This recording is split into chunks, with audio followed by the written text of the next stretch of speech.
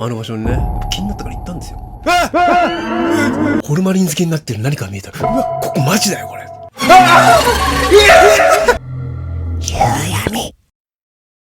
この話はですね、以前心霊スポットと呼ばれる場所に私が行った時の話です。20歳ぐらいだったですかね。やっぱり20代はそういう場所によく行きまして、学校の友達ね、卒業した後もそんなバカなことばっかりやって、心霊スポットと呼ばれる場所を練り歩いてたんですけれども、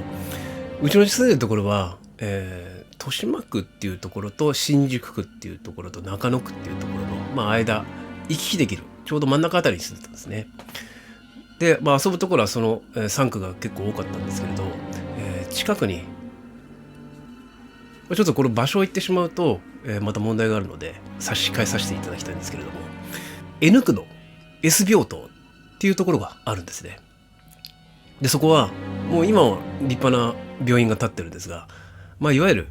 精神科と、研究所が併設されてるところです。で今は研究をやってるかどうか定かではないんですけれども、とても大きな施設で、僕が、その心霊スポットと呼ばれる場所に行ったのは、まだ昔からある病棟がそこは存在してた時の話です。で今みたいにセキュリティシステムっていうのが確立されてませんで、入れたんですよね。でそこも随分昔に、廃業になりまして、古い家屋、いわゆる木で木造でできた大きな、2階建て3階建てぐらいの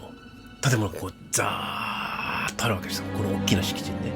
でその大きな敷地は今公園ともなっておりますが、いろんな噂が絶えなく、研究をしていた、いわゆるアナトミーの研究ですよね。頭蓋骨に穴を開けて脳をいじる研究ですよ。それとかあと軍事目的でいろんなものを、研究していたとか、そういう噂が絶えなかったと思うんですよね。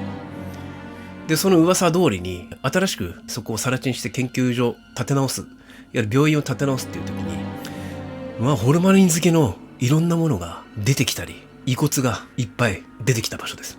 そういった施設が結構ありまして、富山公園っていうところがありまして、そこには軍事施設があったっていう話が結構有名な話ですよね。で N 区にもそういう場所がありまして、そこは本当に誰もが行くような、しかも誰もが入れるような場所だったんですよね。で僕らもそこに、夜中1時とか2時とか、そういう一番牛水時と言われるいい時間帯に出かけてったんですよ。でその頃高校の時によく遊んだ友達、結構威勢のいいね、純粋なやつだったんですけども、 T 君っていうのがいましてですね、その T 君とあと俺とあともう一人ちょっと、怖いもの見たさで臆病な A 君っていうのがいましてですね、その3人で、チャリンコで向かったんですよね。ってついて、うわここすっげえな、なんかもう異様な雰囲気がもう漂ってるじゃんっつって、いやちょっとやっぱやめないって A 君言うんですよ。もうお約束のようにね、いやもうここまで来たんだから入ろうぜっつって、その T 君はね、もう興奮状態で、うわ最高だここ、よし行こうってダーってチャリンコほっぱらかしてザザザザって走ってたんですよ。いやちょっと待てまだだよって危ねえじゃん、だってなんか俺そういうなんかセキュリティシステムあったらどうすんのって言ったら、いやねえだろこれっつって、確かに見る限りにはそういうセンサー的なものもないしね、本当はいけないんですよ、敷地内ですからね。でも、もう誰しも入れるような公園とつなぎになってましたんでわからないんですよね。で僕もザクッって入ってったんですよ。チャ入ってったんです。さあ揺れて、もう雰囲気がめちゃくちゃいいんですよね。うわこれ肝試しの最後だなおい、いやもうちょっとやっぱやめないよ本当に、だってここ入るのって、いやだってここまで来たんだから入ろうぜって言ってジャクッって急にうわーっと現れるんです。広すぎちゃって分かんない。でも近くに来てようやく分かる感じ。うわすっげえなここっつって、これ病院だったの、いや精神病院でしょ、いや精神病院じゃねえよ、いや精神病院だよ、精神病院だけどなんか実験やってたんだろうっつって、何の実験やってたのっつった、いや体いじってたみたいだよ、お前この場所でそんな話すんだよって、いやこの場所だからするんだろうっつって、中入ろうかって、いや中入ったら不法侵入になるからやめろっつって、いや大丈夫だろっつって、じゃあまずちょっとチェックしろよそのところって言って懐中電灯つけて、もう、いや、割れてるんですけどね。割れてたり、もうぐちゃぐちゃで、もうツタとかで。で、こうツタこうやってぐちゃってやりながら、こうやって、懐中電灯が、って中見たんですよ。そしたら、殺風景なんですけれども、木の棚がこう見えるんですよ、奥の方に。でキラッて光る。あ、なんか瓶がある。あっ、ホルマリン漬けになってる何か見えた。うわ、ここマジだよこれ。やめようぜここ。俺の見せろよって言って、見ない方がいいよって。なんか変な気持ちでグニグニしてたよって。肌色だから人の一部だからやめた方がいいよって。いや、ちょっと懐中電灯貸せよって。そのね、A 君ですよ。A 君が、シャッて言って、へってやった瞬間。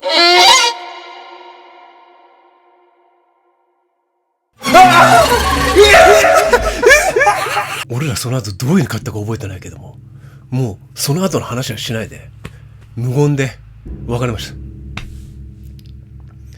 で、その後、次の日学校があったんですけど、一番臆病な愛くんね、学校来ない。どうしたんだろうと思って。2日だっても3日ずつも学校来ないですよ。で、電話したら。で、お母さん出て、ああ、何々くんって言って、いや、ちょっと私もあなたにお伺いしたいことがあってって言って、あの時なんかあったのって言って、泊まりに行ったでしょ。泊まりに行きました。なんかあったのって、いや、どうしたんですか愛くんって言ったら、寝込んでんのよ。うなされて、つって。熱も下がんないのつって。もう病院連れてこうかと思って。そうなんですか。いや、すいません。つって。でね、来るって言うんだよ、うちの子。で、お母さん言うんですよ。でもすいません。なんか、実は心霊スポットみたいなところに行ってね、ふざけてたんで、彼怖がってたんでね、精神的なショックでかかったんだと思いますよ。いやー、ちょっと、お詫びに行きますけど、謝っててください。ごめんなさい、本当にお母さんもすいませんでしたって言ったら、いや、いいのよ、あの子、臆病だからさ、まあそのうち治るでしょって言ってガチャって切られたんですけど。なんだそれ。しかも来るってなんだと思って。で、僕後日、あの場所にね、やっぱ気になったから行ったんですよ。僕らが入ってったその場所にガシャッ、シャッ、シャッ、一人で懐中電灯持ちながら入ってったんですよね。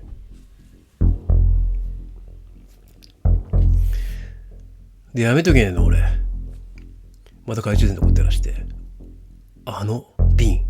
まだあるのかな。もしかしたら俺らはそれ本当に見たのかな。見てねえんじゃないかな。その確認したかったんですよ。で、あの顔、男誰だったんだろう。ものすごい形相してたよなって。もう一度その懐中電灯持ってこうシーッこう照らしたんですよね。したらキラッて光ったんだけども、中にそんなホルマリン漬けのそんなものない。なんかガラスの瓶がただあるだけですよ。あれと思ってカチッてこうやって、やっぱりなんか俺たち集団催眠みたいなのにかかったのかなと思って、あいつもちょっと臆病だからなって、ね、それでおかしくなっちゃったのかなと思って帰ろうかなって後ろ一歩後ずさりしたら、来るぞ。